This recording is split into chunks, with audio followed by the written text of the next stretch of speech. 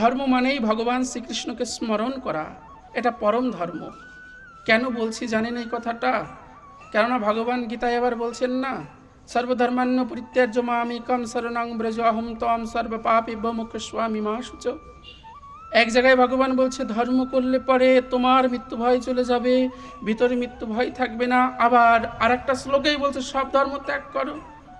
আমি কি করব? আমার করণীয় কি? বললেন সকল ধর্ম ত্যাগ করে পরম ধর্মের আশ্রয় গ্রহণ করো।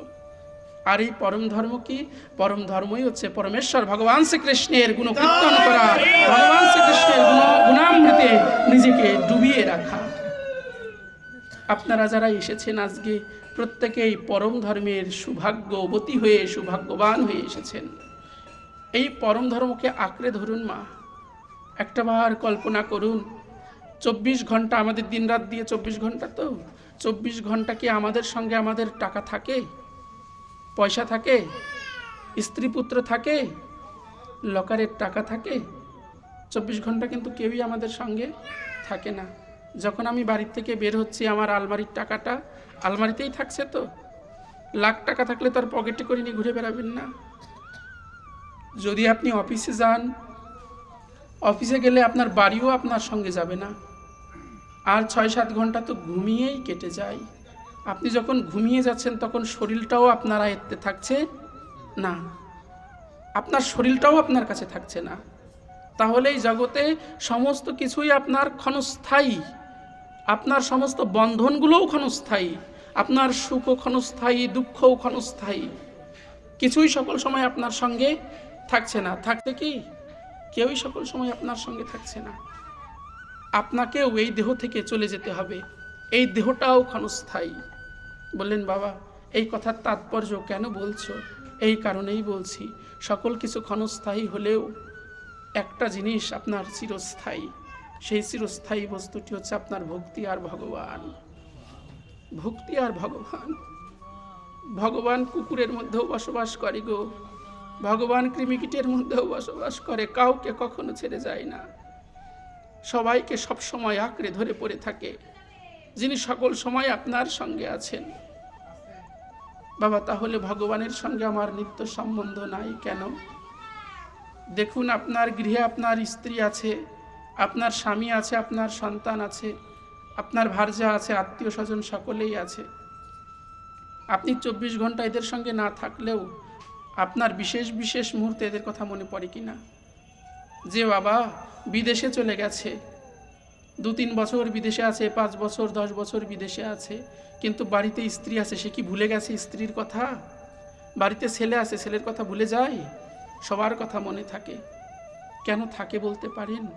বললেন এই সম্বন্ধগুলো তার অস্তিত্বে জড়িয়ে গেছে গো, এই সম্বন্ধগুলো তার অস্তিত্বে জড়িয়ে গেছে। আপনাদের কষ্ট হচ্ছে না তো বুঝতে? এই সম্বন্ধগুলো তার অস্তিত্বে জড়িয়ে গেছে, এই সম্বন্ধগুলোকে সে আঁকড়ে ধরে আছে, মনে করছে এই সম্বন্ধগুলোই আমার। কিন্তু এই সম্বন্ধগুলো তো একদিন নাশ হয়ে যাবে। আবার ওই একই স্ত্রী যদি ডিভোর্স দিয়ে দেওয়া হয়, একই গ্রামে স্ত্রী, স্বামী স্ত্রী দুইজনই আছে, কিন্তু ঘরের স্ত্রীকে কোর্ট থেকে ডিভোর্স দিয়ে দিয়েছে, বলেন ওই স্ত্রীর সঙ্গে তার উঠতে বসতে বাজার ঘাটে দেখা হবে কি না? দেখা হবে তো। কিন্তু স্ত্রী থাকা অবস্থায় যেই অনুভূতি হতো, স্ত্রী থাকা অবস্থায় যেই আক্ষেপ হতো, স্ত্রী থাকা অবস্থায় যে ভালোবাসা প্রীতি তার স্ত্রীর প্রতি ছিল, ওই ডিভোর্স হয়ে যাওয়ার পরে কি তার সেই অনুভূতিটা থাকবে? থাকবে কি মা? থাকবে না। তাহলে এই সম্বন্ধ আমার কাছে আছে কেন? বলেন আমি আমার অস্তিত্বের সঙ্গে জড়িয়ে নিয়েছি।